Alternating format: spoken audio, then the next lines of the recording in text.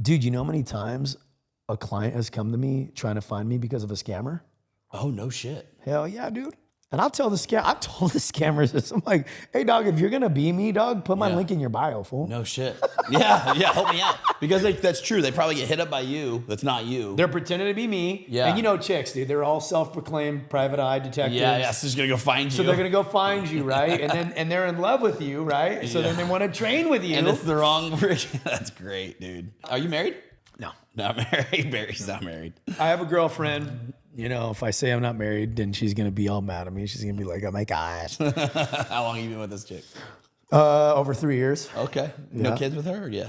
That's the one we have. Yeah, the youngest one, and we're done. Nice, we are done. I'm team captain of Team Snip Snip. Yeah. That was a tough decision. Yeah. Were your other three with the From prior? my previous marriage. Gotcha. How long were you married? 16 years. Damn. Yeah. Damn. Only been married one time. Yeah. It was hard, dude. And I didn't even want to get divorced, man. If there was a super depressed period in my life, that's what it was.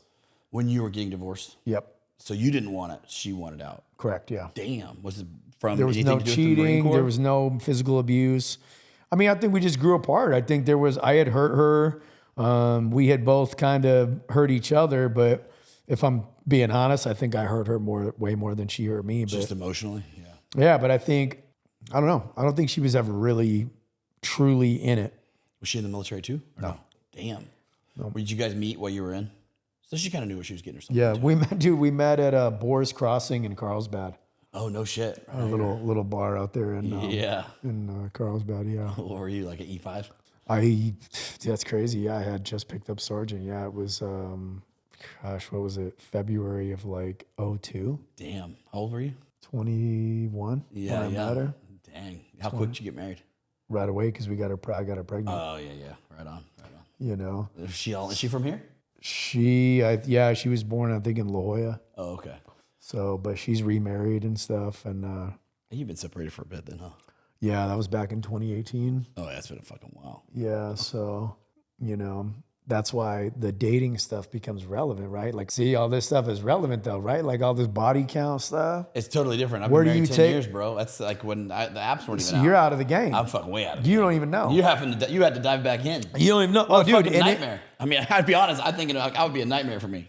Dude, I'm going to tell you right now, social media will be the number one reason why your relationship will not work. No shit. Without question. Number one reason, 10 out of 10. I'll die on the hill, right? Am I right? Whether it's you haven't posted me, are you trying to hide me? Right? And that's what's going on when you're dating now. You know what I'm saying? Oh, 100%, dude. 100%. Who you follow, who she follows. That's true. What you post, what she posts, right? Because like old school was because I'll be the first one holding these chicks accountable on social media. I go on TikTok, dude, this will break the internet almost every time, dog. I'll put it in my live. I'll put it on the title of my live and I'll put it in there and it'll be like, how should a woman dress? Just to fucking spite me, just to get them revved up. And the chicks come in however the F we want. And I'll go, okay, cool. Is that what you would tell your daughter? And they're like, well, no. Well, that's different because that's a child. And they're a child, but they're going to grow. I mean, okay, if I have my kid eat like a complete jerk their whole life until they're 18, do I think logically they're going to turn 18 and go, broccoli and chicken, Dad? Time to get jacked. Time to eat broccoli and chicken. Nope. We're healthy. They're not.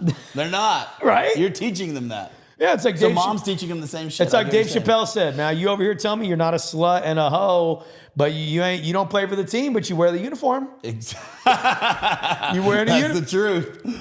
That's right? True. And I'll do that on my live, and they come in there, or they'll go. However, a woman should dress however they feel comfortable. Okay, scenario time. Your son he's 20. I know where this is going. Yeah, he meets a great girl, right? Yeah, she comes home. She comes over to the Sunday dinner. Mm-hmm. Okay, you find Grandma's there. Yeah, everybody's there. She's dressed like an OnlyFans model. Tits popping out. And I'm not hating on OnlyFans. If you want to do OnlyFans, I'm not here to judge you. I'm just asking for the women in the audience. Yeah. Would you tell your son, yes? This is a great lady. Pay her bills, start a family. She's going to be great. Do what Beyonce said, put a ring on it. Mom ain't saying that, dude. No way. Right? She's not going to say that. So all of a sudden they start changing their story. Is the woman that you're saying, right? Yeah. Is that woman good enough for your son? Good question. So you dove back into that fucking I'm nightmare of gonna get social you. media, bro. Oh, That's dude, wild. I will get them. I'll get them all day. The women ain't even ready. I'm like, y'all are coming to a gunfight with a knife over here, man. Just stop. Just stop, dude. But for real though, right? And I'll tell them, dude, because I grew up way up in the Central Valley, and my girl gives me a hard time because she's like, "You're crazy, man." I'm like, "Cuz I don't like when people try to bullshit me." Well, yeah. Because I was always that guy. I would press the fucking issue, man. I'd be like, "You're fucking bull." I'll get it to a point where one of us is gonna want to kill each other, or you're gonna just fucking be honest and be like, "Yeah, dude, I did that. Okay, all right, cool." You know, right? Yeah, yeah. And they'll come on there. The chicks will come on there. I dress like this for myself. Cool. Stay your fucking ass home then. Yeah, of course. I mean, you're advertising. I go out with my girls because we like to hang out. Cool. Go to Joshua Tree. Don't take no phones. Again, you know what I mean? Just bring a picnic basket then. Hang out with your girls. But conveniently, we end up at a place where there's a bunch of single dudes. We're taking pictures. We're posting it. I mean, that's different. It's totally different, dude. That's different, dog. God, I just cannot imagine dealing with that shit. You know what I mean? Because, and I tell all the dudes I coach a lot of people. I tell all the guys, I'm like, hey, dog, I'm going to tell you, if she does that, I'm just letting you know she's not loyal. No way. She's not loyal to you, bro. Now, am I saying that she's replying to the DMs? No. But she's not, she's looking She for that knows attention, what she's doing, though. 100%. She's keeping those doors to that stuff open because this is the most important question. I hope you are we recording? Yeah, we're all recording all the time. Oh, hell yeah. Let's roll. Dude, to me, it's like I said, they're not loyal. And women don't like to hear that, right? And they won't reply to the DMs, which I get. And this is the most important question you could ask. What would make you leave me? What would make you fall out of love? Now, every woman that's watching this, they already have the answer, right? Except it's not the answer. The answer they're gonna give is not the answer. The answer they're gonna give, it's simple. Unfaithfulness. Right. Cheating, right? You're not being loyal. Sure. Okay. Or abuse. For sure. Neither one of those things, right? Neither one of those are true.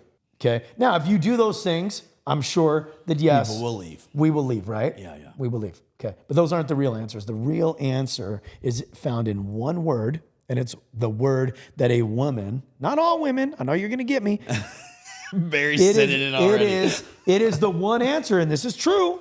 This is true. And if you're a woman out there, you're watching this, you check me on this, hold me accountable. Happiness. No longer happy. It is happiness. And when does a woman become unhappy? When her needs are not met, right? And I got a guy I coach right now, dude, he's devastated. Really? Dude, he was totally blindsided. I want a divorce. And he's like, oh my gosh, right? They've been married for, I think he told me 8 years. He's like, dude, she's my everything. And I said, okay, here's what you got to understand, dude, is, it's like you don't realize, just like on the streets, man, you don't realize how close you are to someone sparing your life. You've been evaluating the relationship totally different than she has. So y'all were going on this vacation. She's packing up thinking, how am I going to tell him this? I'm going to give him one more chance, right? Yeah. You're packing up thinking, we're going to wherever we're They going. just have fun. Yeah. Yeah. He has no clue. She ain't, no clue. How does that happen? Last day of the vacation, I want a divorce. He ain't never cheated on her. He ain't never hit her. He just got blindsided with it. Yeah. How does that happen over? And he's in the 8 military. years and He's not super talking to somebody. Well, and that's what's hard Why wouldn't she tell him that a long time ago? Isn't that? And that's what's the part that bothered me about it. It was like he did not. There was no communication, and this is what I mean.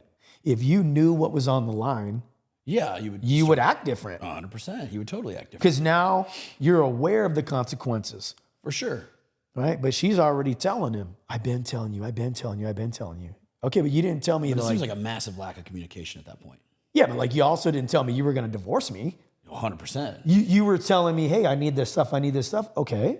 But you didn't tell me what was on the line. Yeah, but do you feel like that's just like we got kids? Because it's that easy for people to just bow out because they think the grass is greener on the other side? Yeah. But then they're going to jump to the next relationship and then they're going to do the same stupid shit. I told them straight up. I said, I'm going to tell you right now, what we do not do as men, we do not give up our dignity, dog. We ain't begging, boo, baby, please.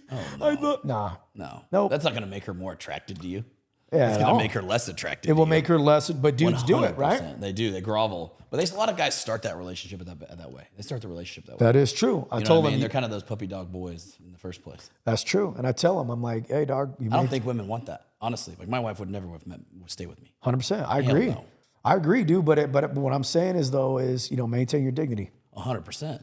That's going to be more attractive to her and everybody else or the future chick, Exactly. then fucking looking like a little bitch. Be a man, take the lead, and be clear. Listen, 100%. listen, baby. That's one of the biggest problems in general right now in society, bro, is what you just said. Listen, babe, I love you, okay?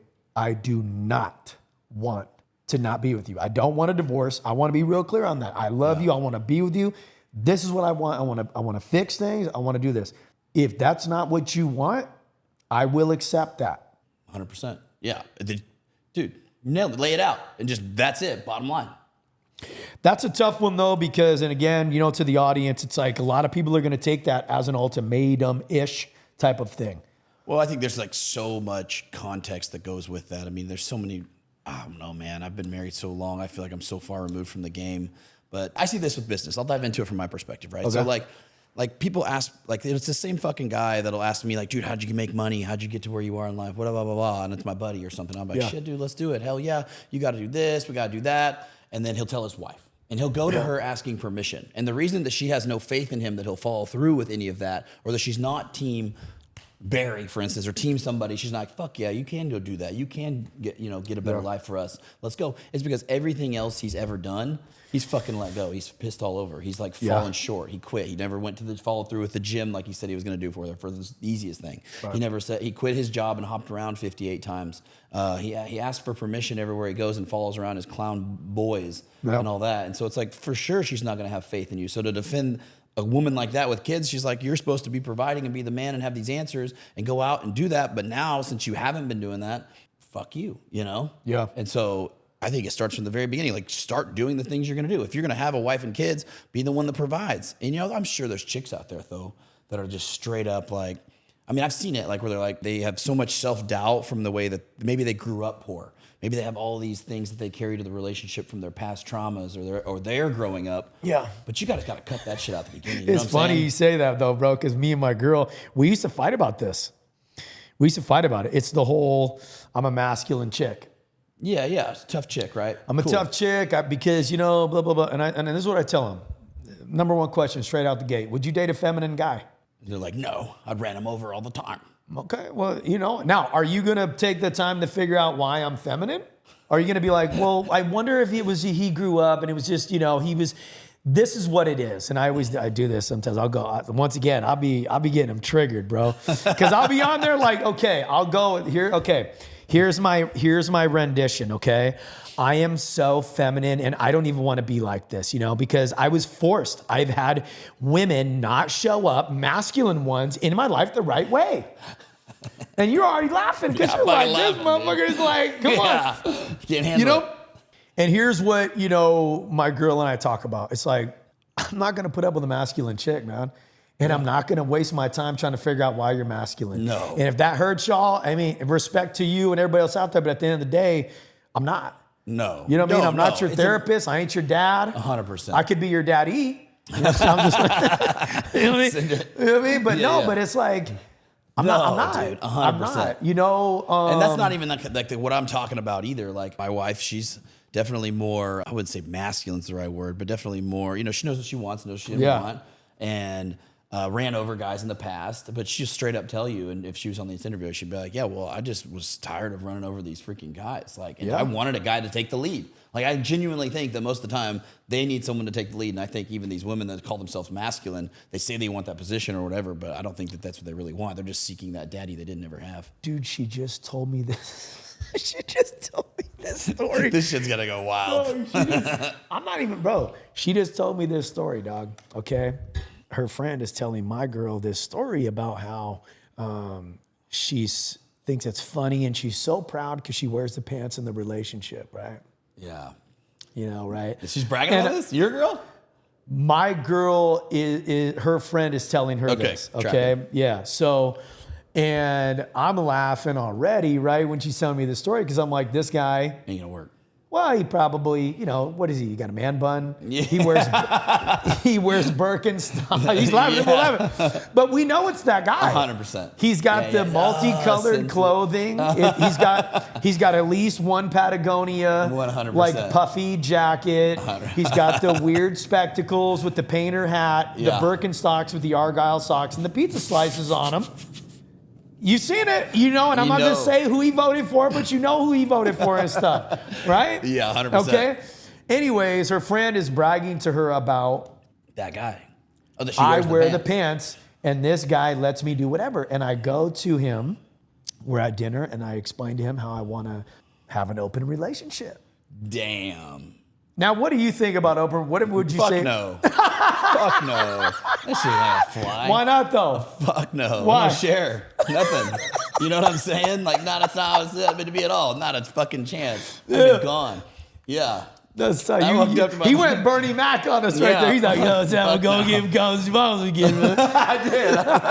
He got hella mad right there. He already had it pictured. Like, I'll kill everybody in this motherfucker right now. 100%. I respect that though, And I don't think it ever works out. I think people think they can do that and then they're going to create a lot of animosity. There's no way. There's no way, there. dude. It's human nature. So they go to dinner. She says this to him. She says this to him, dude. He doesn't even react really. He's like, sure. No way. Yeah. And I laughed. Well, I mean, you don't have anything sacred anymore at that point in the relationship, right? Well, I laughed, right? Because my girl, she's like, why do you think that's funny? I was like, because this girl thinks she's getting one over on this guy. This fool didn't react. You know what that means? He's already banging out 5 other chicks. 100%. You're late to the game. Or he's just a pussy and he's like letting her fucking do it all. I mean, come on. Yeah, that's a possibility. But I'm like, you're late. I feel like you're late to the game. Maybe he's already blowing out. You're giving him a lot of credit, maybe. Right? And she's pegging him every night. Wow. Yeah. And then, I don't know. She did not say that. But well, the picture you just painted to me, I already knew that guy's okay, but now she's already seeing another dude down south, right? Now, what kind of guy do you think this guy is? Fucking masculine dude, right? I mean, he's the rougher up type of dude. That's what she wanted from the get-go. That's what she wanted. Yeah. That's what she wanted. She just wanted to have some power for this little dweeb guy. And I feel like women need that. This is a whole other thing, bro. Okay, but I feel like they think they need to have that because, like, with this whole feminine push and this, and I can't imagine. I mean, I can't imagine. Like I said, I'm fucking 37. You're in your 40s. Like, we're not 20. So it would be totally different. But I still wouldn't have tolerated any of that shit. But I just think that women and chicks that do that, I mean, they think they need to be this woman, and I think in reality, that's not what they want. You know what I'm saying? They think they need to be this feminist or this and that, and they're just going to set themselves up for relationship failure after relationship failure. Yeah. Yeah. Well, and that's just not how we're genetically conducted. I don't give a fuck how they've been raised. I don't give a fuck about, what they think, who they hang out with, what college they went to, but that's just not genetically how it's going to work out. I agree, dude. I agree. And then, but the messed up part about the whole thing, she's asking my girl if they should have kids and Fuck no. They don't have any kids right now, right? Yeah. But they're married. That's the fucking problem. You guys are bringing more kids into this. Fuck them up too. Well, and that's what I told her. She's like, what do you think about that? I said, this is the problem. Women need to stop settling. 100%. Okay? You're wasting people's time. And people like you and I are assholes. And we're the worst guys in the world, but that's not true. And there are some. If there's chicks out there that are honest, be real, dude, because at the end of the day, there is a real thing like, oh my gosh, my biological clock is ticking. I'm getting older. Sure. My friends are getting married. It's time. I love him. He loves me. Sure. Right? It should, but that might not be the right one. True. 100%. Don't go ahead and have kids because of that. I mean, you're setting yourself up for failure at the beginning. For sure. And he has potentially no idea. Fuck. What a wild. But maybe he is blown. We did not know this was going to get into relationship advice or get canceled today, but we sent it. Barry came in hot talking about this. Let's start, bro. Tell them a little bit more about your story. Tell them about what you did. I know you were a Marine for a long time, so start there. I know you got out as a Sergeant Major. I did, yeah. Howdy, bro. So spin us up on you. Yeah, so I was born in 1980, which, is pretty cool because the Raiders are Super Bowl champions that year. Yeah, and that's also the same year that they released The Empire Strikes Back. Oh, no shit. So if you're a Star Wars fan, but I was born in New Jersey, but we moved out here to California when I was just a kid, a little baby. Yeah. 6 months old or whatever, and I grew up in the 805. I enlisted out of Paso Robles, California in 1998. Okay. And which is a long time ago. Yeah. Right? I mean, that's pre 9/11, man. Well, dude, that's when Google was invented in 98. Damn. Yeah. The Titanic was the #1 movie. Oh yeah, I remember. Now, I did a post the other day about growing up in the 90s, and somebody was like, but dude, you were born in 80. And I'm like, yeah, but I grew up in the 90s. Yeah, you grew up in the 90s. Like I would say, like people, I mean, if I was born in 87, I kind of grew up in the end of the 90s and the early 2000s, right? Because I graduated high school in like 05. Yeah, so, but then people are like, but I'm a 90s baby. I was born in 95. And it's like, but you didn't grow up in the 90s. No, you then. didn't grow up then. You were fucking still stuck in your mom's tit. Well, exactly. When Snoop Dogg came out with, G thing, you were in a fucking You carrier. were like with a baby bottle. Yeah, a diaper right? song. And me and you were out there trying to, sell some freaking stuff and make some money illegally. I was a good suburban kid, Barry. There you go, yeah. I was riding my bike. I'm 7 years younger than you. You're doing drugs. I'm riding my bicycle. Yeah, I mean, I didn't know what I was going to do, man. We just did nothing but get in trouble. I was that kid where... I was getting tattoos by the time I was 13. Yeah. I was on probation when I was 13. Been getting kicked out of school. Why is this so common with Marines? And it just was like, I always knew in my heart though, that there was a lot more to life. Like this is not it. There's gotta be more.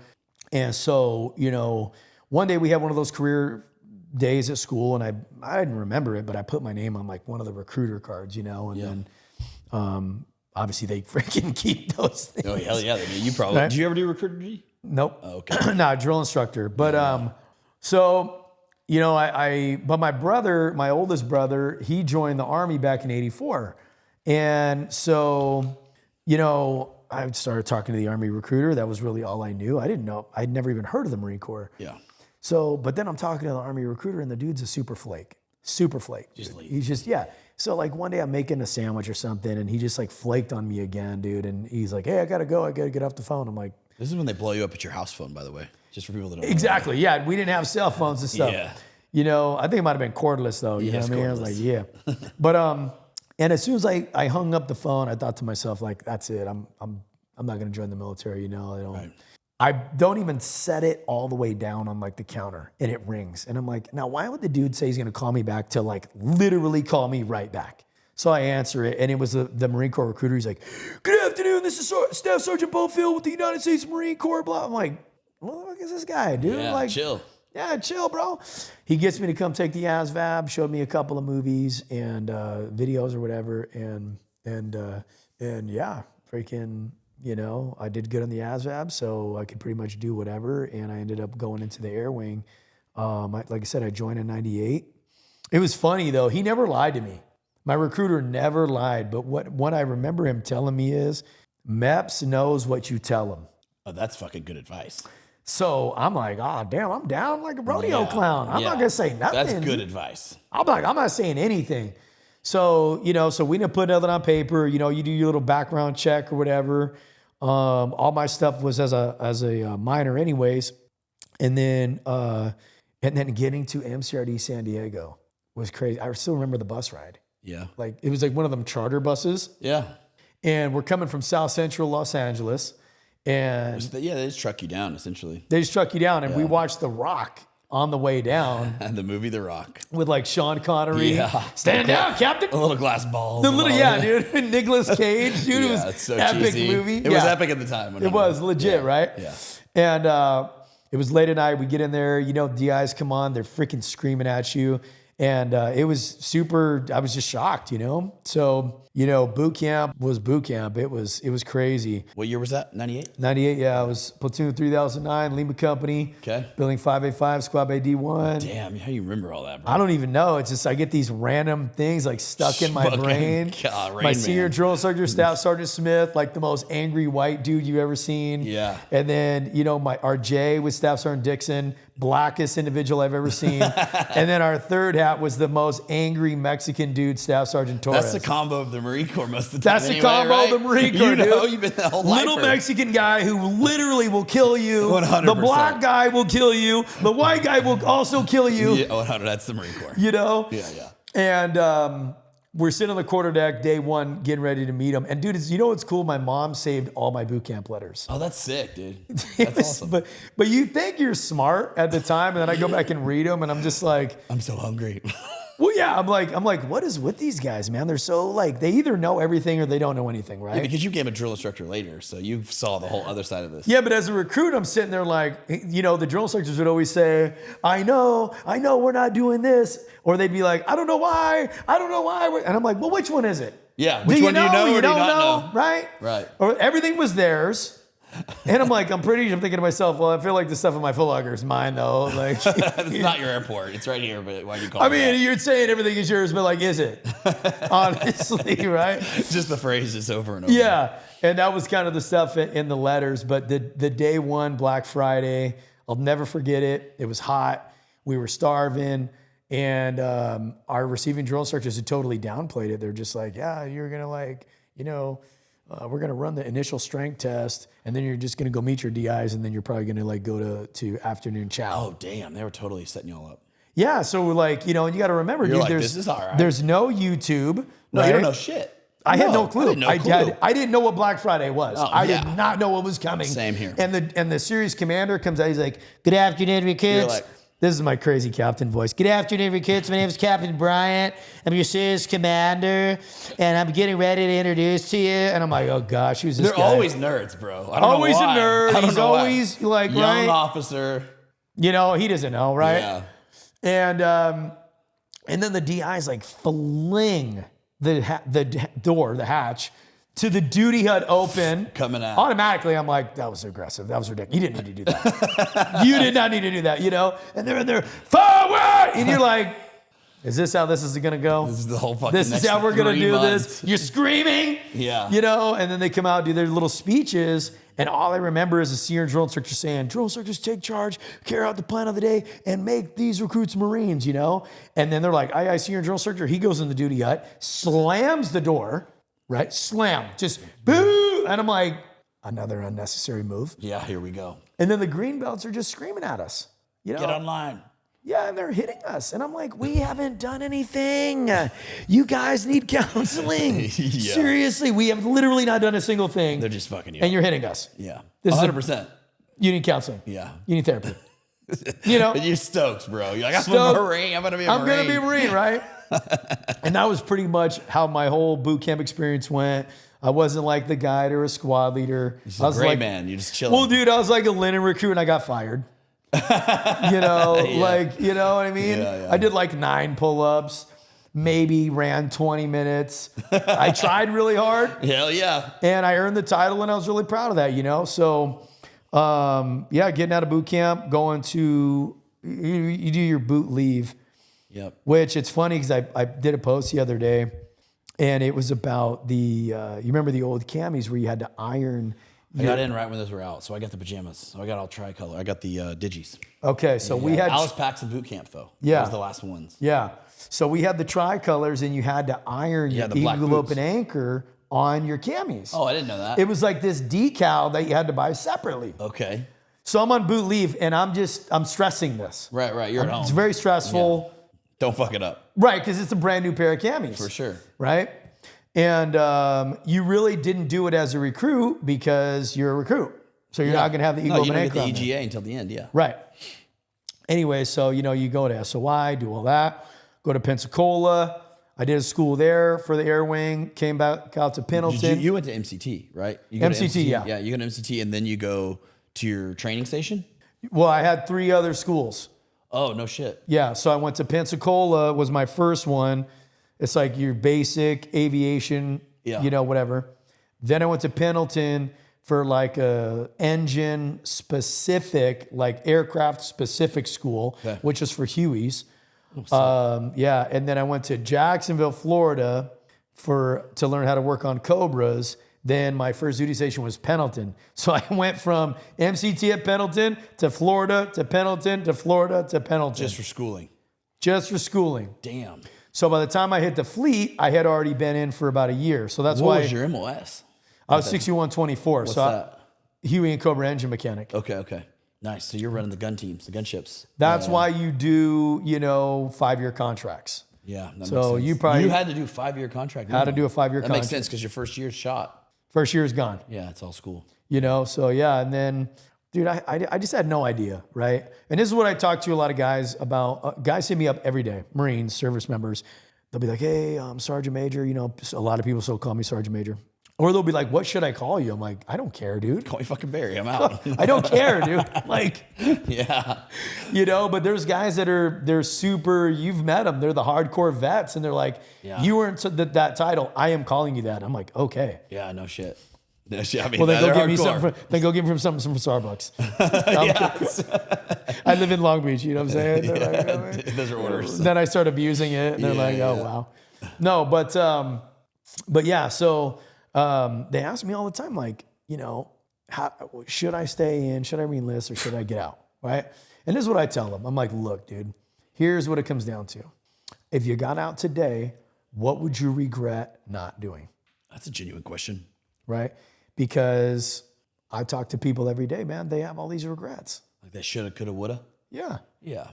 Dude, if I would have stayed in, I just had like 3 guys do it yesterday. Dude, we went in the same year. If I would have stayed in, I would have retired 5 years ago. Yeah, but a lot of these guys are like looking at it. I mean, if they did nothing with their life, I could see why they regret it. But that was their choice and they got out, which is something we'll dive into, bro. Right. You know? Yeah, so I tell them. You did nothing when you got out. That was your choice. For Not me. you specifically, rhetorically speaking to these people. For me, I knew I wanted to be a DI. Yeah. That was my right up front. Sick. I didn't have any other, like, I gotta like do this. But I tell guys, dude, if you have something like that, do you want to be a recruiter? You want to do MSG? You want to be a DI? Right. Do you want to be in a certain unit? Do you want to jump out of planes? Do you want to be a certain rank by the time you get out? Yeah. Be intentional about what you're going to do. Because I wasn't intentional. I just want out. I was ready to be done. Now, that doesn't mean once you think of those things, that doesn't mean you need to stay in. True. Because maybe there's something pulling you out that's greater. Right. And it probably is going to be family. Right. You know?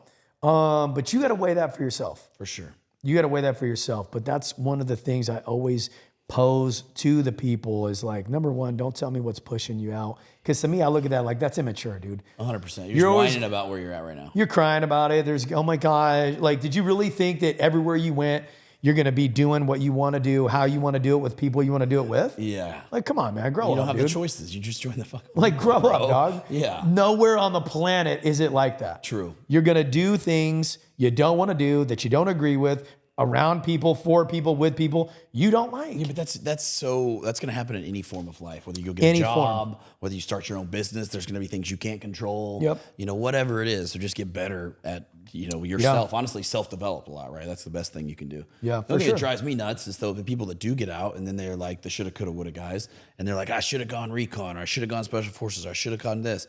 And it's like, and then they live so long in this shoulda, coulda, woulda. It's like reminds me of the guy that played quarterback in high school, or the guy that had a touch of college football. And it's like we'll never be as good as we once were type bullshit. And I think a lot of vets struggle from that. You know, I can't even talk to you off camera. Like for a minute, I was like, dude, I just got out. I did all this stuff. Now I went home and hung out with high school friends again. And now I'm working, pulling concrete, you know? And I think you got to let that shit go and like focus on the future. Not so much about what you could have been, but I've seen dudes that are fucking 30, 40 years old that are like, man, I should have just gone recon. I should have done this. And I'm like, you got fucking kids. You got a marriage. You have all these things that you could be changing, shaping the future, but you're still worried about how you could have been a badass and trying to live this old lifestyle. And it's insane. It's sad. That's why we say you peaked in high school. You peaked in the Marine Corps. You peaked here. That's you peaked the choice, there, right? though. Yeah. And that's why my thing is like, you know, it's kind of like Tony Robbins, dude. If you want to find your purpose in life, it's through one word, man. It's progress, dude. 100%. How good did you feel? That, bro. How good did you feel when you got the girl, you got the job, you got the car, you earned the title Marine, you graduated high school, whatever it was, man. Yep. You felt great. Yeah. You need to recreate that. Exactly. You need to be on the cutting edge and the forefront of trying to recreate that in your life. Every day. Every day. Every fucking day, dude. Because when you're not, you're looking back going, man, I was so awesome then. But they only remember the good times.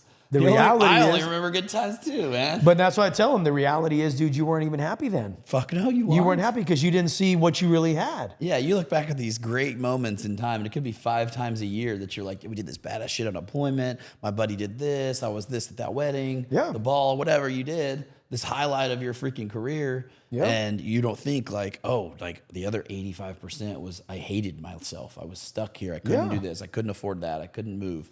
You know? So... Yeah, and exactly. That's what I tell them. It's through progress.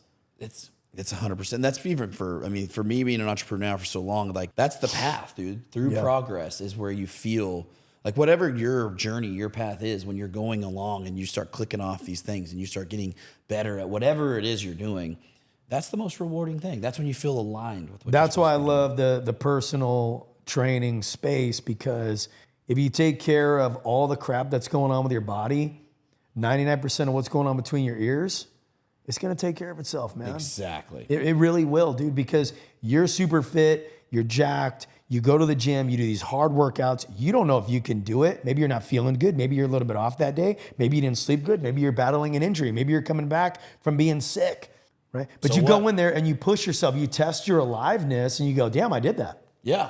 Damn, dude. Maybe those weights were a little heavier today, but that's all right. Exactly. I hit a PR. I did this. I did that. Yep. Right? And you go, dude, hell yeah. That felt good. I wasn't sure. Or just getting a good pump. You're like, dude, I feel like I'm on top of the world. I thought San Diego PD was going to come in, rappelling from the palm trees and be like, who the hell's in here with a juicy pump? Is that you? You know, and you're like, I'm sorry. Listen. I had some good music on. I'm feeling good. I had some old school POD on, dude. You know, right? I had some Nirvana, right? And I was living my high life. Yeah, dude, but it's progress. It is progress. Push yourself. Yep. And if there's one thing, you know, especially being vets, that pains me, it's the guys who physically let themselves go. Oh, that's the beginning of it. It's just a spiral. It's the beginning. It is. It's the beginning, right? Yep. And they go. You see it a lot. I see it a ton. All the time. And not even, the obvious is the fucking fatness and nastiness. But even like, you'll see it with people like that don't like some people learn, this is what fucking blew my mind. When I went to boot camp, people learn to shave. People learn hygiene skills. Yeah. You learn to keep yourself trim and tight and all these little things. Pop a blister, look at your fingernails. And it's the guys that like don't have confidence in their body, of course, right? Like when they get fat, it's gross and you're not confident anymore. But it's like they don't even groom themselves anymore. They like take pride in like being nasty, welder, grungy, you know, disgusting person. But they don't know that that's just deteriorating all of their confidence in general, and it just kept spiraling down the drain. 100%. You know what I mean? Like, yeah, sure. You don't have to freaking have a high and tight when you get out. You don't have to have all this stuff, but you know how much pride you have when you look good, when you're confident in your hair, when you're in your face, and how you dress and fitted clothes, and then your body, right? It all kind of goes together, man. Well, yeah, I talk to people every day. This is what I do, and it'll break your heart a little bit, dude, because you know you don't want to be. I don't know. I'm not gonna be like, yeah, you're a piece of crap, but it's like I called you because I had a wake up call when I had to get my wife to tie my work boots because I couldn't reach them because of my stomach. Good Lord, bro. Or, you know, just stuff like that. And it's like, you know, their intimacy in their relationship is gone because it's going back to that confidence. Of course. Right? So that's a big reason I love the physical space, because every day you're out there trying to work on yourself. 100%. You're sweating, you're pushing it, you're watching what you eat, you're hitting your nutrition, right? Yep. You feel great. Part of it isn't just because of the results that you get, but it's because up here, you know, like, dude, I just did what I knew I should do. If there's something in your life, dude, Mark Twain says, you know, like whatever your frog is in your life, your frog is whatever you put off, right? Yep. You're not going to want to eat a frog throughout the day. You know, you eat your frog first thing in the morning, because the longer the day goes, you're not going to want to eat that frog anymore. No, you don't want to do the hard shit. You don't want to do it. No, it's like the gym. If you push it back to the end of the day, a lot of times people. Oh yeah, something came up. Yep. I just talked to my clients about this yesterday on Zoom call, dude. I'm like, yeah, that's why I tell you to go in the morning. Yeah, that's why I tell you that time. Yeah, that's why I tell you to figure it out, dude. You know, and everybody's got a reason.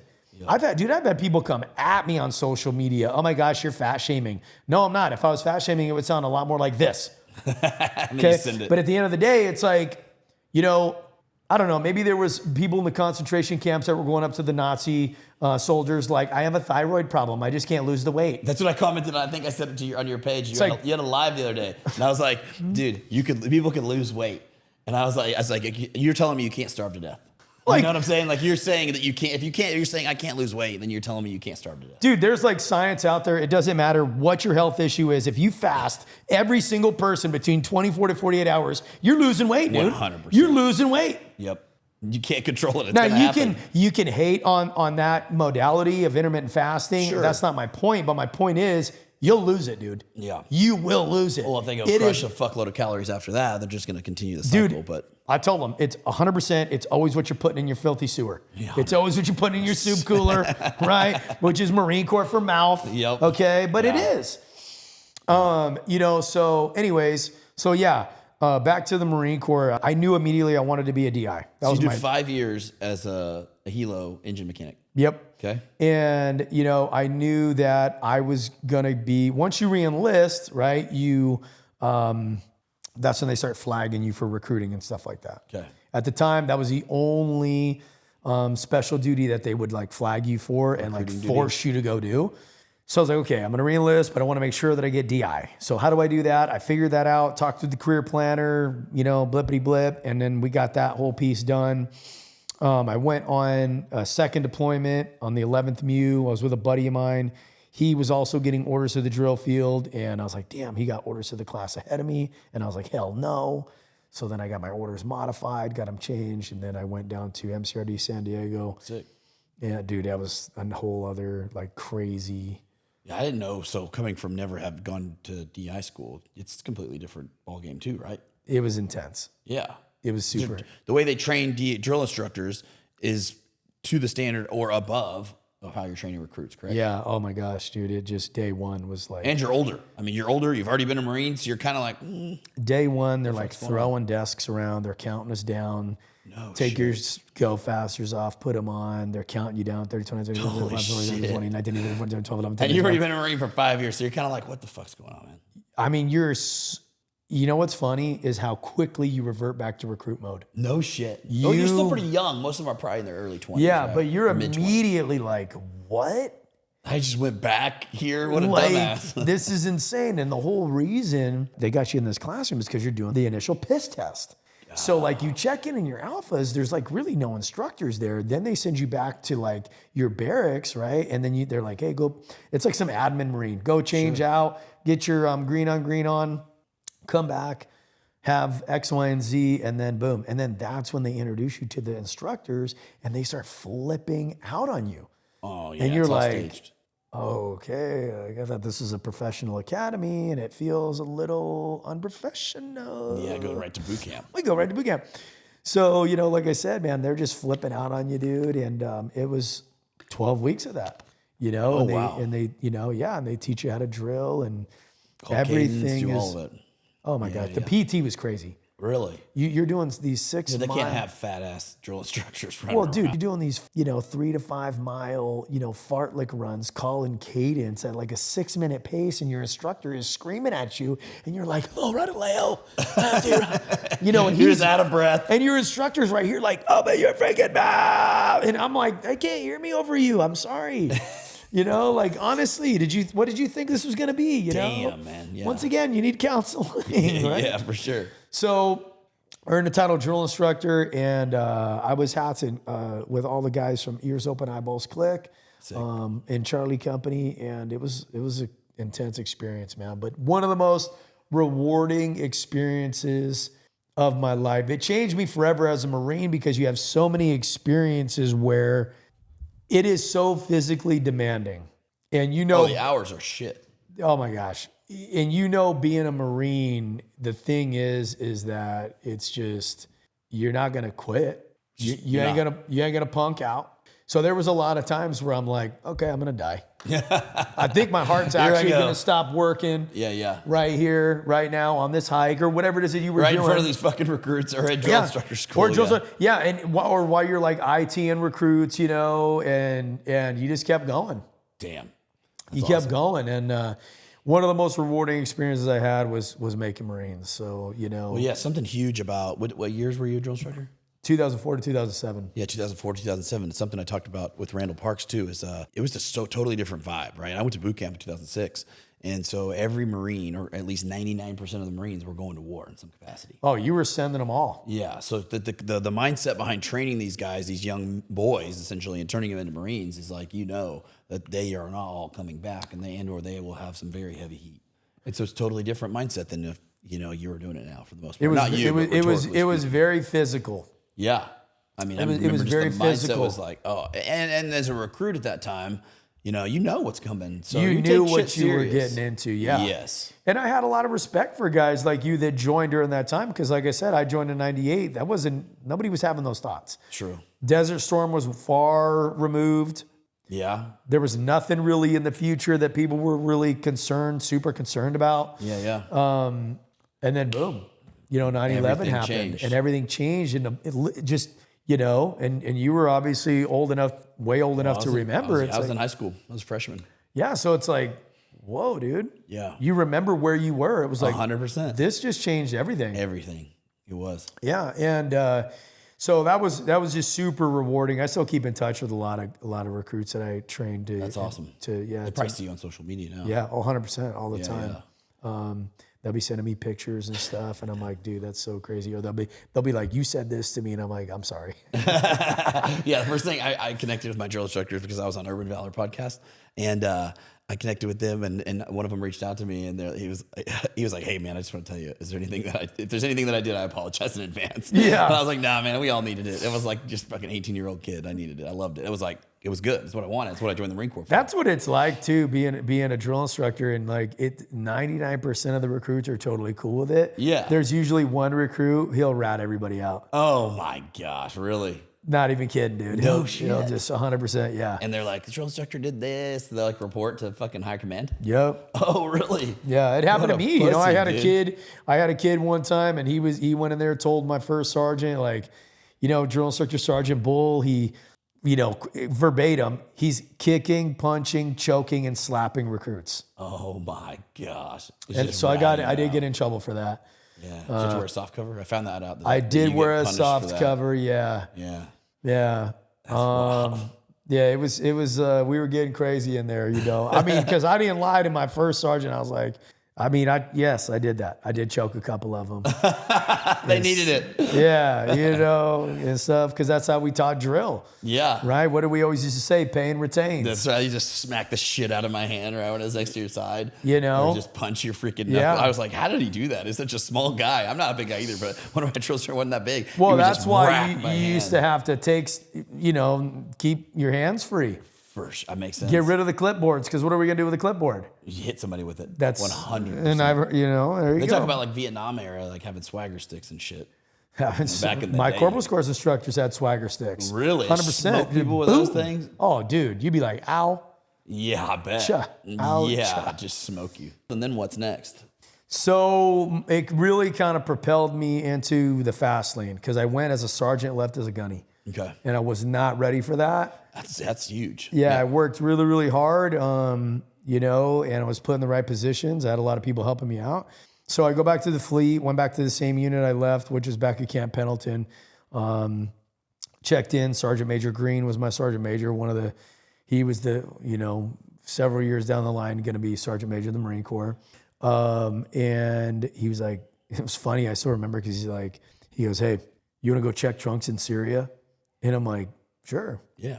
I was like, I knew I needed to deploy. I was kind of upset. They made me come back to the fleet, because I had an opportunity to either be the regimental drill master or go to drill instructor school and be on staff there and train drill instructors. But my monitor wouldn't let me.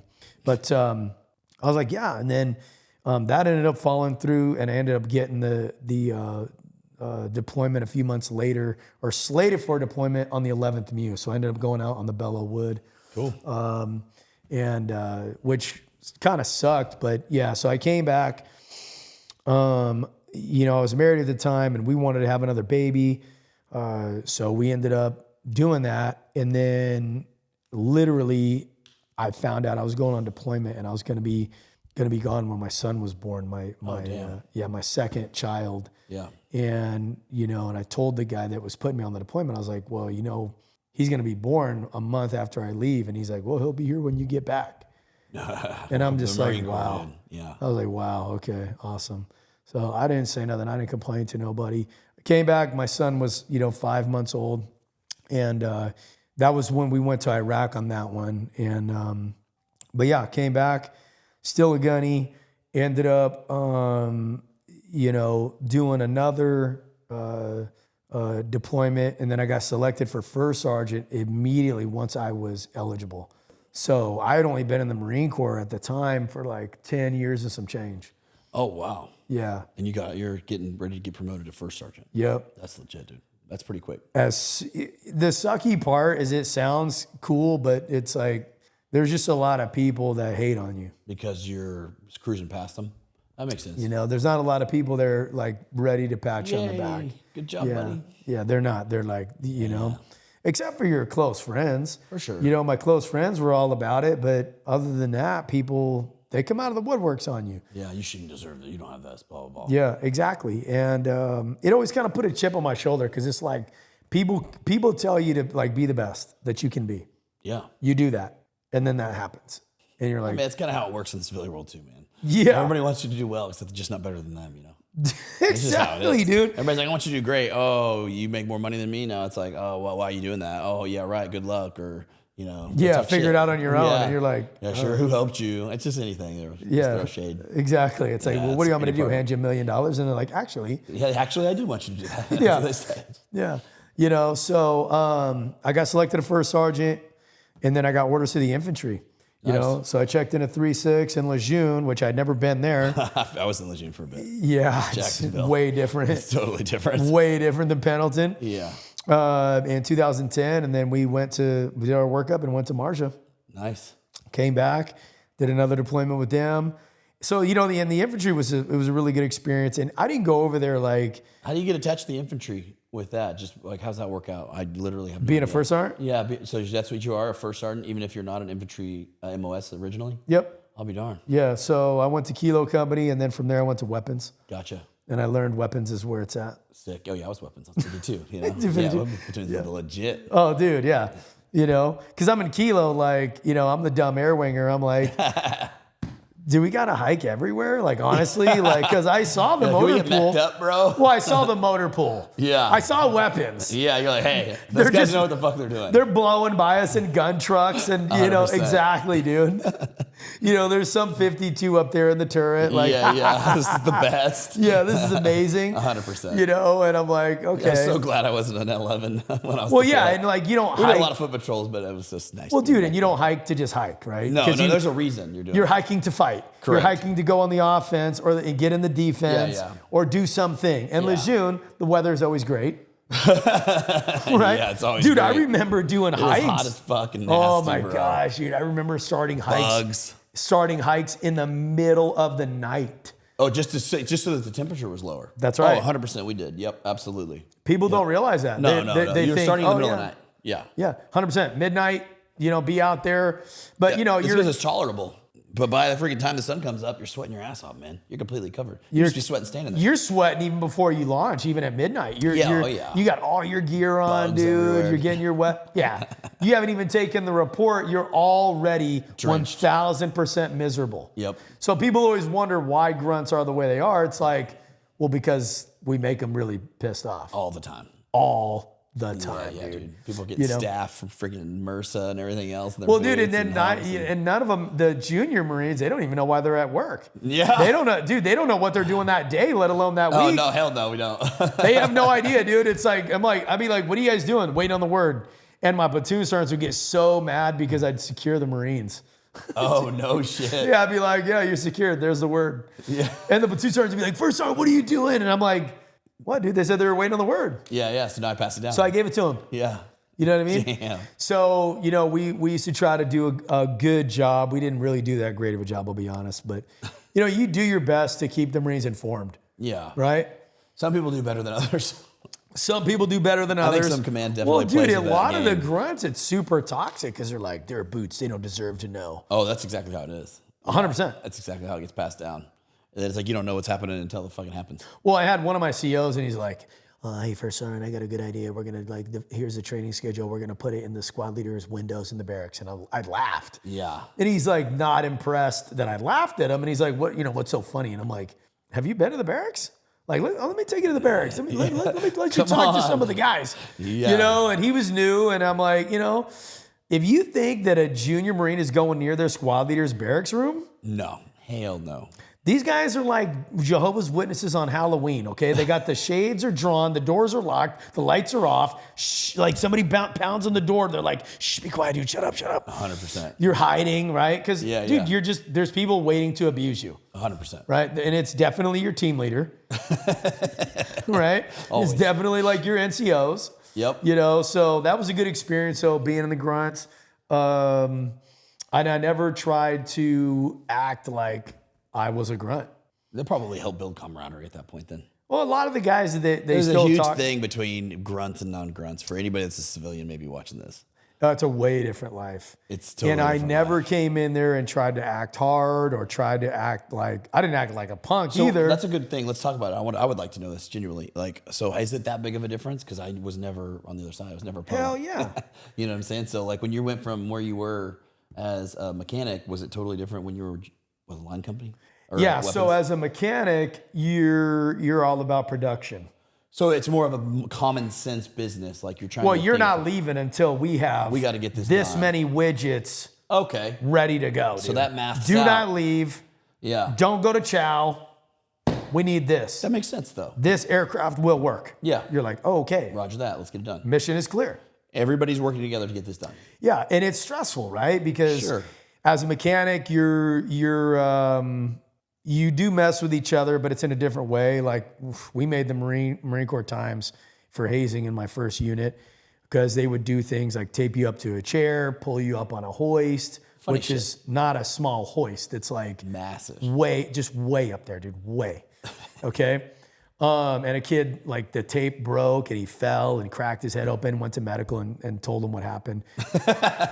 You know, they'd wrap you in bubble wrap. They'd pull you around on a pallet jack. Sure. They'd shave an eyebrow. They'd put torque stripe in an eyebrow, put silicone in your hair, lock you in an engine cage, put you in an engine can, which is like a huge can that you preserve an engine in. Makes sense. And just start banging on it, stuff like that. Yeah, yeah. In the grunts, it's a lot more, we will just physically fight. 100%.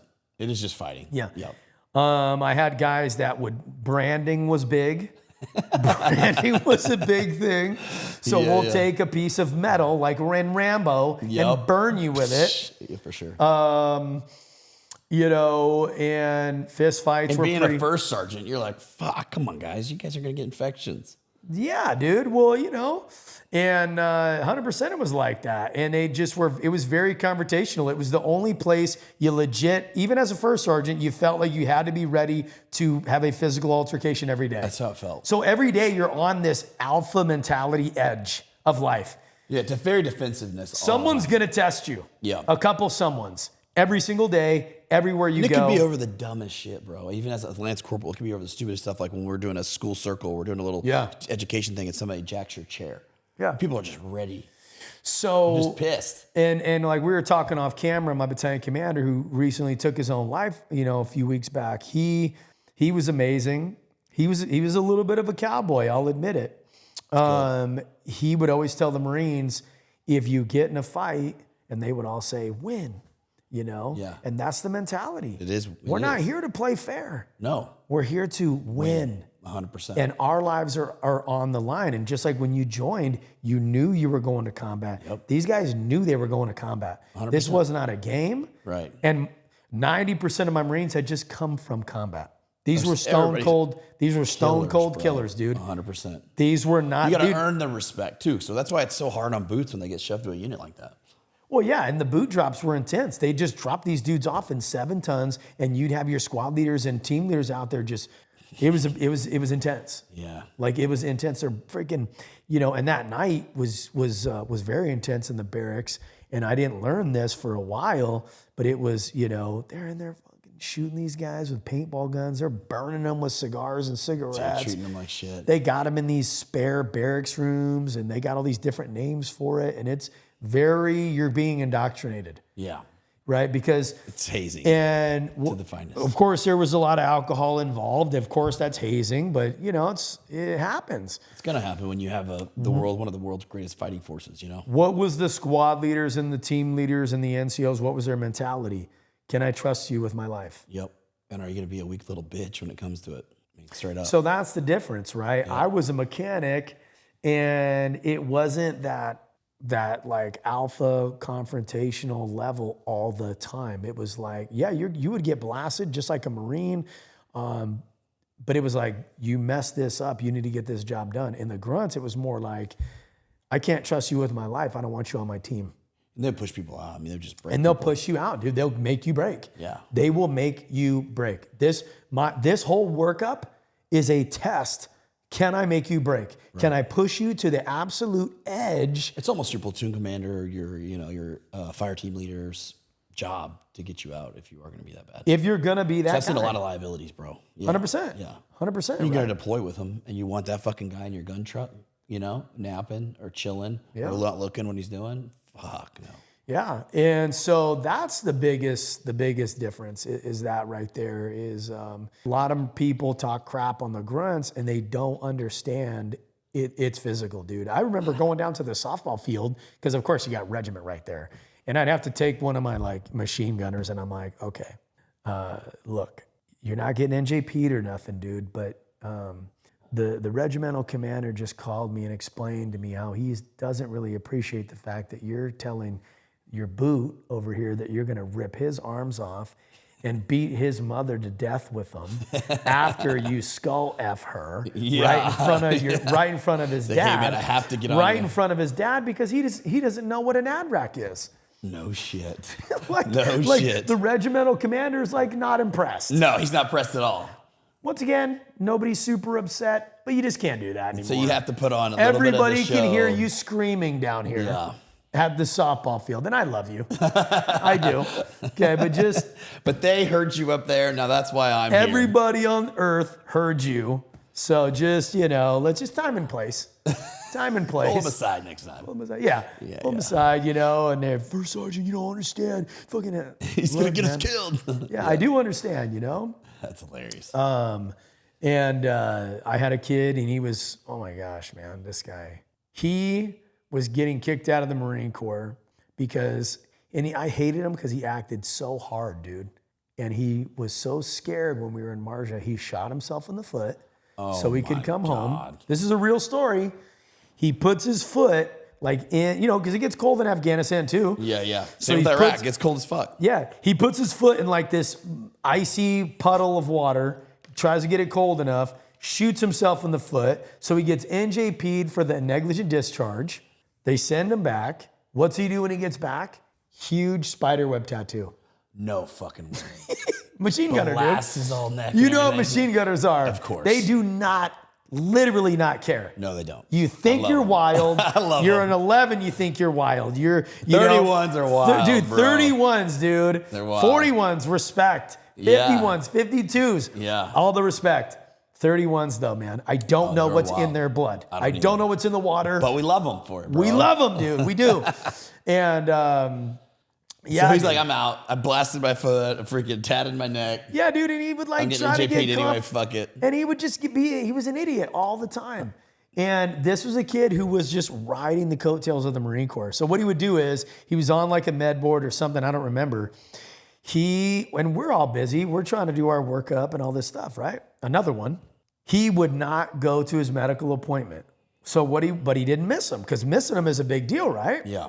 He was gaming the system. You know what he did? What? He would cancel his appointment and reschedule. So he just kept doing it. He just kept doing it. One day, the guy who's doing his like med board case is some civilian guy up at the Naval Hospital. He's like, hey, we haven't seen this Marine in like 6 months. I'm like, can you not wait 6 months next time? Can you tell me? 6 months? Can you tell me after like a week or two? So he's been pushing his freaking schedule out that far? Yeah. Just riding it, doing nothing, zero work. Zero work. Where's he at? He's at appointments. Bullshit, he ain't been going. He hasn't been going, right? And anyway, so it was a huge difference from the grunts to that. But I had a blast, and it taught me a lot more about leadership because all jokes aside, you have lance corporals that could be staff NCOs. I believe that. You 100% do. They are that mature.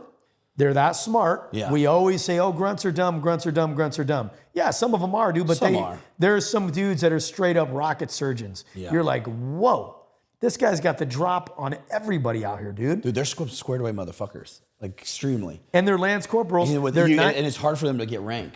Like super hard when you're an infantry dude. Super hard. And so right? you can't fucking get corporal, you can't get sergeant, and they've had a lot of fucking time in. And this guy's a lance corporal. He's a team leader. He's leading 3 other dudes. He understands just not only how to be the best that he can be, but how to make 3 other guys the best they can be. Logistics, accountability, just, good like leadership tenets in life and principles. And I would always say that, dude, if you cover this guy's chevrons up, you would think he's a staff sergeant. I believe that 100%. Yeah. I mean, I got out like 21, 22 roughly, and I picked up corporal in the IRR, and I was got out as an E3. And it was super hard to get in. I mean, they were just pushing a lot of people out, but it was hard to pick up rank, and I was just burnt on it because what happens, I was reserve, like I told you, but I was activated most of the time. Yeah. And you'd get some super smart people, but then you'd get like maybe somebody that was in the reserve side that was like a McDonald's freaking employee. I mean, I'm not even hacking on that, but like, let's be honest, like maybe like they don't know anything about anything. Yeah. And then they were maybe a sergeant. Yeah. In the drill weekend or on a deployment, right? Sure. And so you're like, fuck, this guy can't lead anybody out in the civilian world. Yeah. And then there would be the other way around. We'd have dudes that like have fucking master's degrees and they're still a corporal and they're like smart as hell. Yeah. They got a pilot's license. They're doing all this stuff. So the reserves were a little bit wild in the fact that you could get a very high qualified person. And Well, very people smart. don't realize what the reserves did when you joined either, because they think weekend warrior. And it's like, no, bro. When I was on I&I duty, so I know a lot about the reserves. Oh, yeah, you know a lot about them for sure. So when you joined, you guys were getting mobilized. 100%. When you're mobilized, you are now active duty. Yeah. So when you're You are mobilized not reserve and anymore. people may not know this, but you're not only activated while you're deployed, right, for your 7-month deployment or whatever it is, but you do a lot of spin up because they're like, oh, these guys have been out of the game. Let's throw all of this at them. So we were out at like Lejeune for 4 months, training up. And then we were getting together, building camaraderie, and then post-mobilization, like when we come back, we're still another 2 months, 3 months to chill out and to come down off of all that. Exactly. And So you're not gone a long time. Well, you're not doing, the weekend warrior stuff. No, it's rare, especially at that time. I'm sure that's what they do now, right? But now, like yes. Before, it was not. And even looking back, like I didn't know this when I got in, was like in Vietnam, same way. Like those dudes were on rotation all the time. Like all the time. Reserve dudes were out there. Guard, National Guard. I had a couple buddies that went to high school with. They joined the Guard, the Army. Yep. And these dudes are freaking doing 15-month deployments, in Iraq. And they're stuck out there for year on year. What made you want to be a reserve Marine, though? Honestly, I think I got pushed back from my parents. They're like, at least if you're going to do this, go to college and then become an officer. That was their kind of mindset. My parents really wanted me to go to college. I wanted to join the Marines. And going into the Marine Corps, I had 2 felonies and 2 misdemeanors. Hello. Yeah. And so my recruiter, and they weren't charged. They weren't convicted. They were charges. And so I was a youthful offender when I got those at 17. The judge, my attorney, and my recruiter all got together and were like, Austin wants to join the Marine Corps. Let him join the Marine Corps. Otherwise, he's going to go to fucking juvie for 6 months because that's what the judge was going to give me. They were going to give me like the youthful offender style shit. Wow. And so I was like, boom, sign up, got that, went to the Marine Corps. Best thing for me. I wanted to join anyway. Yep. Like I always wanted to be in the military. I was the kid playing with the sticks as guns and shit. Yep. I always wanted to be in the military. But the stupid decisions that I had made it was the best place for me, dude. I was fighting. Was that shit. scary? Were you thinking like, man, this kid like really? It was scary for the stupid shit I did. Like it could go the other way and it was going to ruin my life. I wanted to do. I wasn't a bad kid. I wasn't like hawking drugs or being people, doing this bad shit. But I was a party.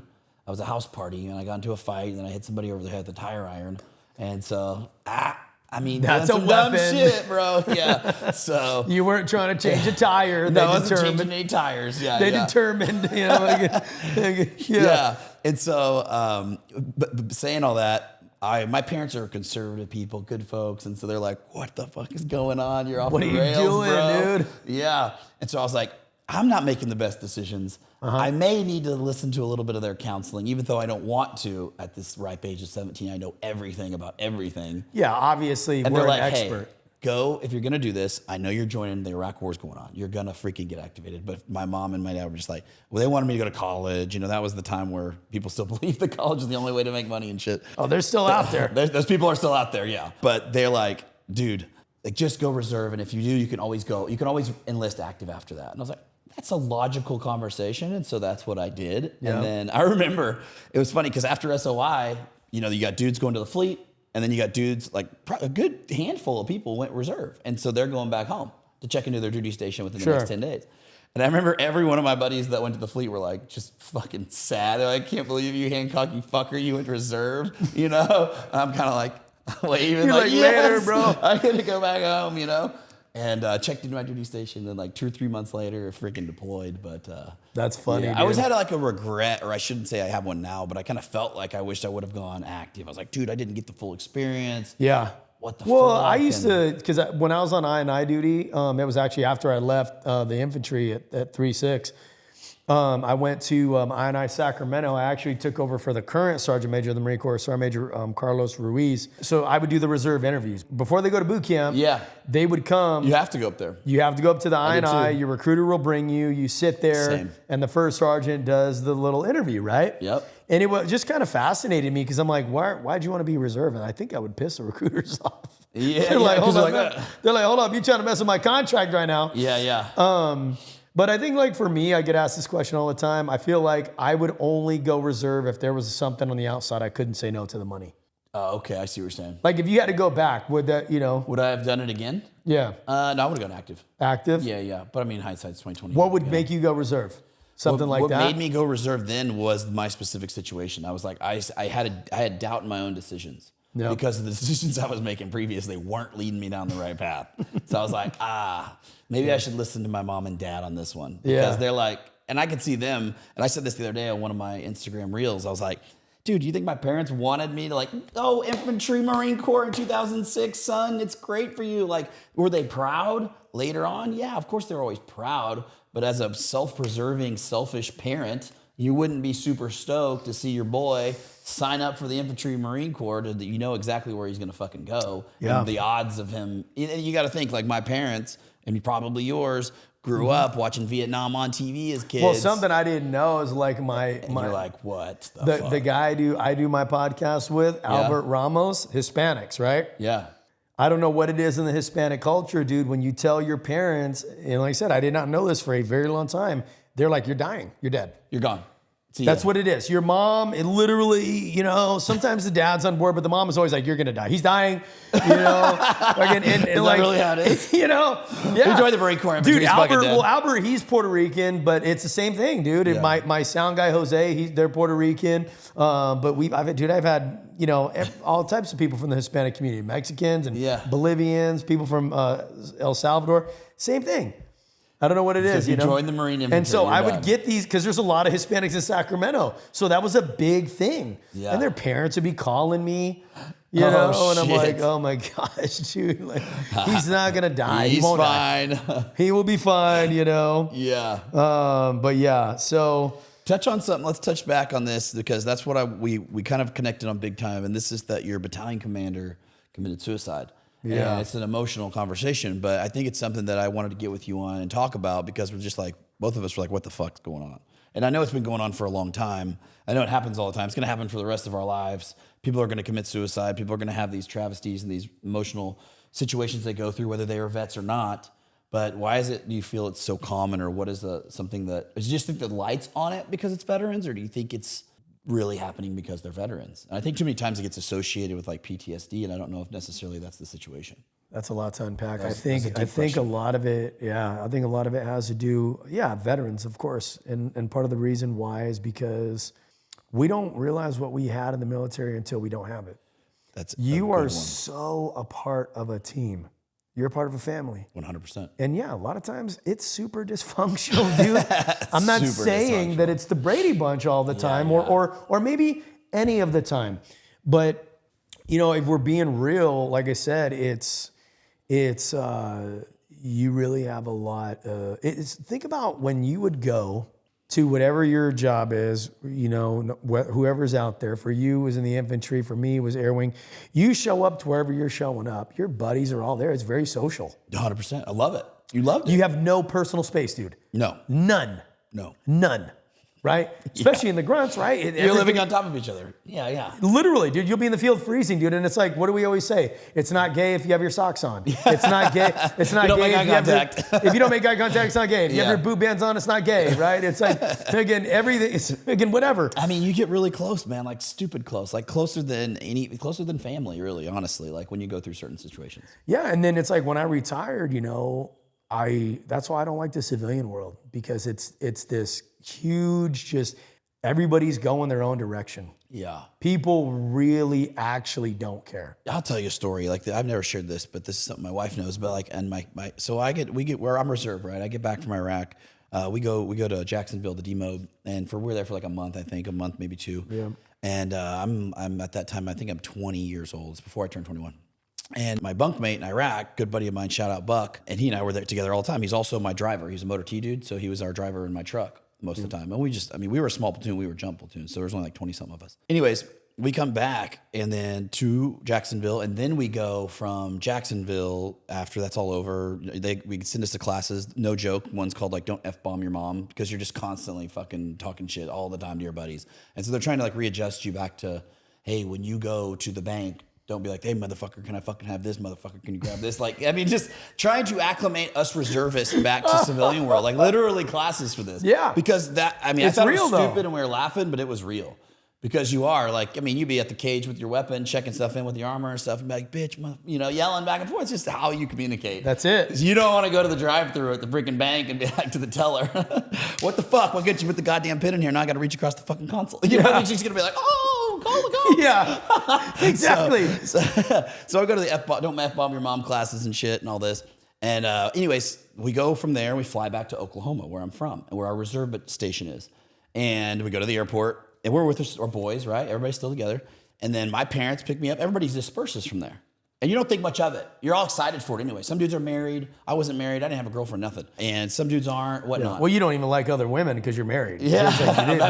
They don't even exist. Yeah, I'm not married at the time. Even at the time, though, you know, your wife is like, even back then. Yeah, I didn't like women at all. I hated them. I love you, baby. You know. He used to cover in my ass. That's right. She knows better than this. Okay. Yeah.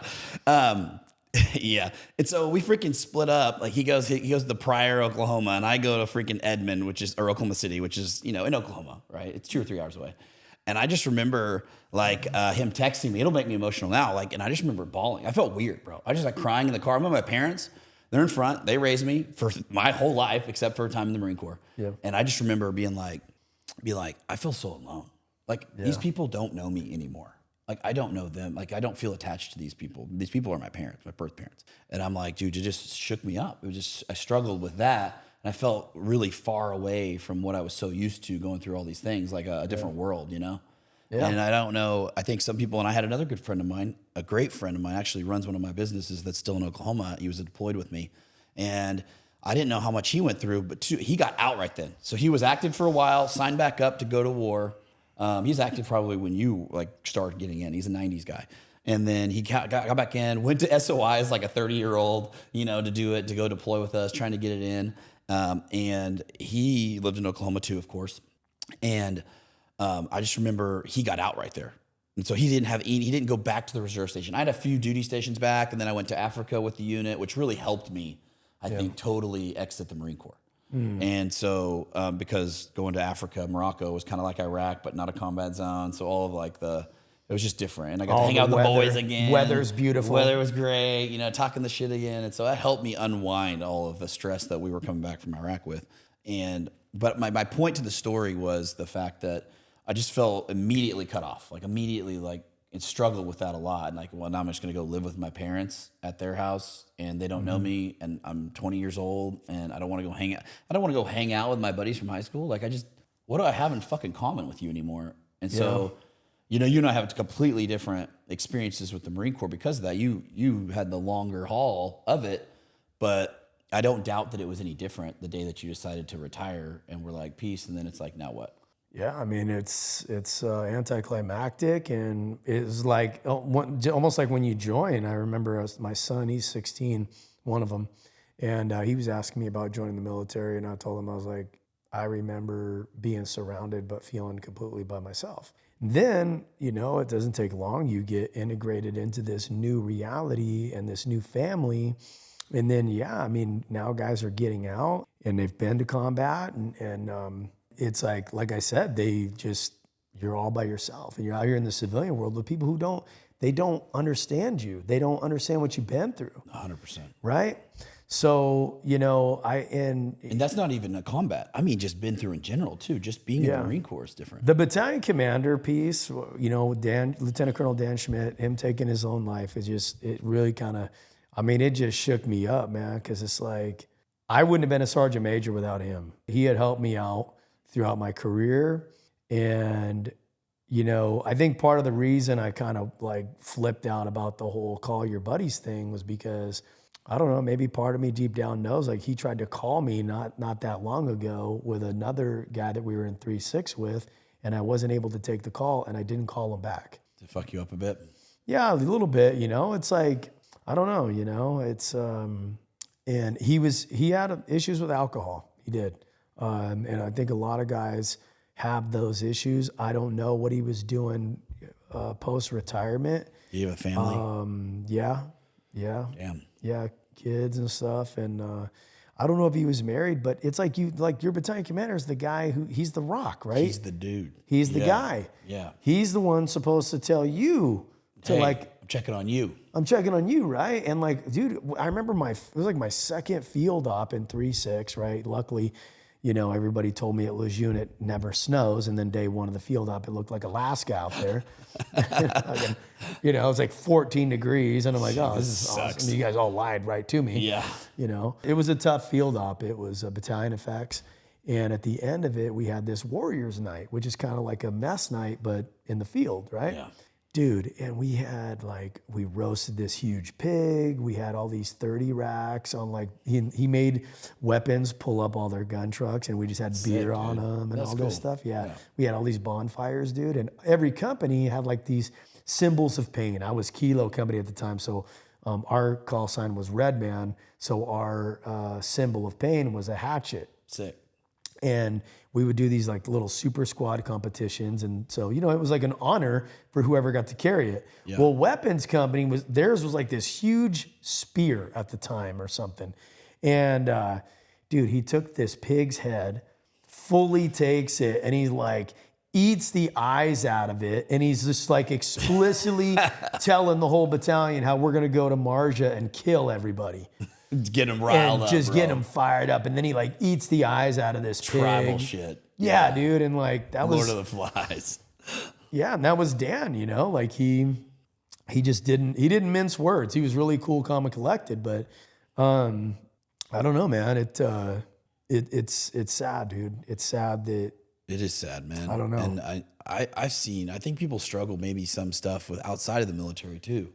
Maybe that I've seen people have past experiences, maybe whether it was through a childhood, lack of a father, molestation, things from their growing up, that when they get to the Marine Corps, they kind of, I think when I want to say it, and this isn't from me, but I've heard, I've talked to people and they're like, it takes a back seat for a bit because you got your boys, you got your thing, you got something going on. Yeah, you're busy. You're busy. Your mind's busy. You're busy. And then immediately it stops. And I know, like I said, for me, even though I got out and I was construction again, working for my dad's company, just doing concrete work, welding and shit, and running a skid steer. And I was just like, dude, I just felt like, I don't know, maybe it was my ego a bit, but also a downgrade in my life because I was doing so much cool shit. Yep. But I think the guys that struggle a lot, they carry all that stuff, and then that stuff comes back to haunt them after they get out of the Marine Corps because they're alone with their thoughts. Yeah, well, one thing I've seen a lot with myself and with a lot of other guys in the military, we learn really well how to compartmentalize stuff. Good point. Right? We're getting ready for deployment. This is all deployment stuff over here. Yep. The family stuff's over here. I'm not touching it. I'm not thinking about it. You zone out. Yep. You're here. Right? My girl gives me a hard time, dude. That's how I eat. I don't even barely let my food touch. I'm like, I'm eating this, then I'm eating this, then I'm eating this, right? And we compartmentalize stuff. And then something I was talking about the other day, this is my piece of it and my opinion on why I feel it's such a big issue. We mismanage expectations in our life. The individual themselves. That's right. Okay. So, for whoever that person is, something happened that they wish didn't. Right. Somebody died they wish didn't. They should have got that promotion. They should have got that job. They should have got the guy. They should have got the girl. They shouldn't be here in this life. They shouldn't be wrestling with these memories for this thing that happened that they wish didn't, that they still have. That's a good point. And they have not accepted where they are. Yeah, good point. And I talk about this a lot with people that I work with. Acceptance doesn't mean you like it. It doesn't even mean you understand it. It means you accept it. It means you stop fighting it, dude. Stop wrestling with it. Stop feeling like you need to be somewhere else financially. Yeah. I mean, I see that a lot of times in people with families that have struggles, you know, like especially, like I said, we're talking about vets. Like, you stop thinking that you need to be here. Just accept where you're at, or not accept where you're at, but acknowledge it. And then let's make some moves to change it. And then you talked about a second ago, the path of progression is going to lead to these incremental boosts of confidence. Exactly. What are you doing to be a better version of yourself, dude? Yeah. Well, Barry, tell them where they can find you, man. I appreciate you being on this interview. This was dope. Yeah, dude. Instagram at Bull5277. TikTok at Bull52772. And then YouTube is the A to B podcast. You guys can find me on there. Hit the follow button. Drop me a DM, dude. Absolutely. I try to keep up on the DMs. It's hard when you get a lot of them, right? You do get a lot of them, and some of them go over to the freaking like the general, or the one that's like ghosted out, and they'll be like real people there. I tell people like this: if you don't hear from me in 24 hours, hit me back. I know it. You know, the notification's got to go to the top. Yeah, notification's got to go to the top. Hook me up. Help me help you. I would love to hear from you guys, though. I love all you guys out there. No matter where you're at, man, you're never too far gone. You got to believe in yourself, and you know what? I'll believe in you until you believe in you. All right. So at the end of the day, get people in your corner that are going to fight for you. 100%. And I'm telling you, you got people in your life right now holding you down. I'm telling you that for sure. That's facts. I appreciate it, brother. We dropped a lot of bombs on this. Hell yeah, dude. Let's Thanks go. for having me, dude. Yep.